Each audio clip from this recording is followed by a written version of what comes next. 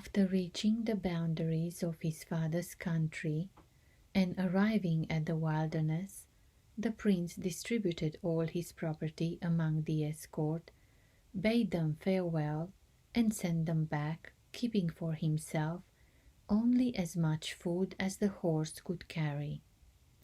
Then he turned towards the east and rode for 3 days and 3 nights, till he came to a wide plain where lay a great many human bones.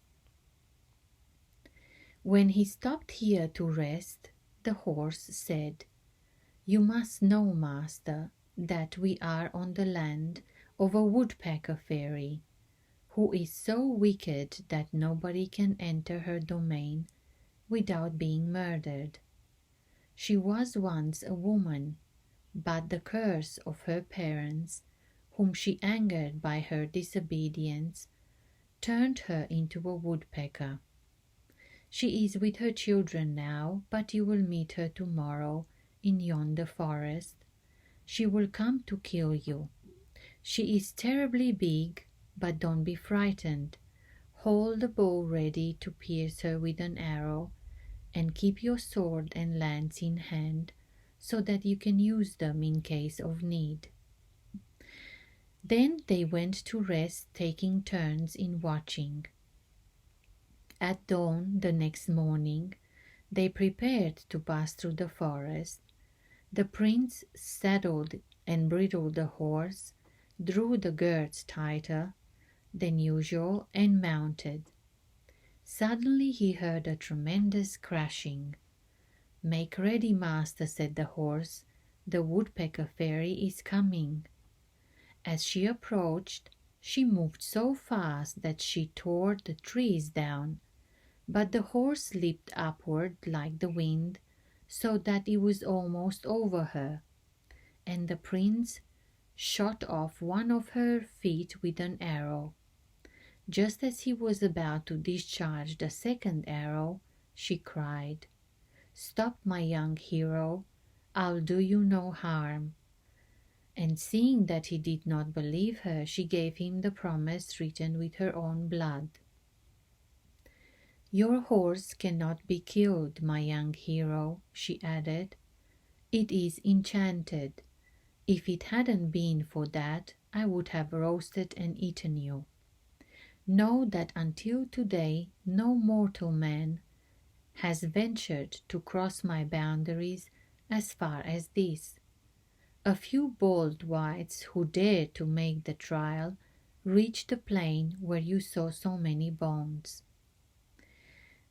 Then they went to the fairy's house, where she entertained them as guests, but while sitting at the table, enjoying the banquet, the woodpecker fairy moaned with pain. So the prince pulled the foot he had shoot off out of the travelling bag where he had put it, fastened it on, and it instantly healed. The hostess, in her joy, kept open house for 3 days, and begged the emperor's son to choose one of her daughters, all 3 of whom were beautiful as fairies, for his wife. He would not do that, but told her what he was seeking, and she replied, "With your horse and your heroic courage, I believe you will succeed." After 3 days had passed, the prince prepared to continue his journey and departed. He rode on and on and on. The road seemed to grow longer and longer, but when he had finally crossed the frontiers of the woodpecker fairy's kingdom, he entered a beautiful meadow, one side of which was covered with blooming plants, but the other was scorched. The prince asked why the grass was singed, and the horse answered, "We are now in the domain of the scorpion witch. She is the woodpecker's fairy sister, but they are both so wicked that they can't live together. Their parents' curse has fallen upon them, and so, as you see, they have become monsters. Their enmity goes beyond all bounds. They are always trying to get possessions of each other's lands. When this one is very angry, she spits fire and pitch. She must have had some quarrel with her sister, and to drive her out of her kingdom, has burned the grass on which she was standing. She is even worse than her sister, and has 3 heads. We will rest a while now, and be ready at the first peep of dawn tomorrow. The next day they prepared themselves just as they did when they expected to meet the woodpecker fairy, and set out. Soon they heard a howling and rustling unlike anything ever known before. "Make ready, master. The Scorpion Witch is coming." The Scorpion Witch, with one jaw in the sky and the other on the earth, approached like the wind, spitting fire as she came, but the horse darted upward as swiftly as an arrow, and then rushed over her a little on one side. The hero shot an arrow and one of her heads fell, but when he was going to strike off another, the Scorpion Witch entreated him to forgive her. She would do him no harm, and to convince him of this she gave him her promise written in her own blood. Like the woodpecker fairy, she entertained the prince, who returned her head, which grew on again, and at the end of 3 days he resumed his travel. When the hero and his horse had reached the boundaries of the Scorpion Witch's kingdom, they hurried on without resting till they came to a field covered with flowers, where reigned perpetual spring. Every blossom was remarkably beautiful and filled with a sweet, intoxicating fragrance. A gentle breeze fanned them all.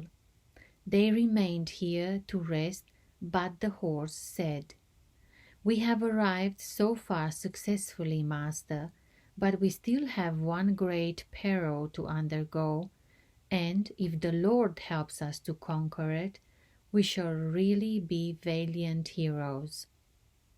A short distance further on is the palace where dwell youth without age and life without death. It is surrounded by a high, dense forest where roam all the wild animals in the world, watching it day and night. They are very numerous, and it is almost beyond the bounds of possibility to get through the wood by fighting them. We must try, if we can, to jump over them. After resting about 2 days, they prepared to continue their journey, and the horse, holding its breath, said, "Buckle my girth as tight as you can, and when you have mounted, hold fast to my mane and press your feet close to my neck, that you may not hinder me." The prince mounted, and in a moment they were close to the forest. "Master," said the horse, "this is the time that the wild beasts are fed. They are all collected together. Now we'll jump over." "Forward," replied the handsome prince, "and may the Lord have mercy on us." They flew upward and saw the palace, which glittered so that it would have been easier to look at the sun. They passed over the forest, and just as they were descending at the palace steps, one of the horse's hoofs lightly touched the top of a tree, which put the whole woods in motion. The wild animals began to howl till it was enough to make one's hair bristle.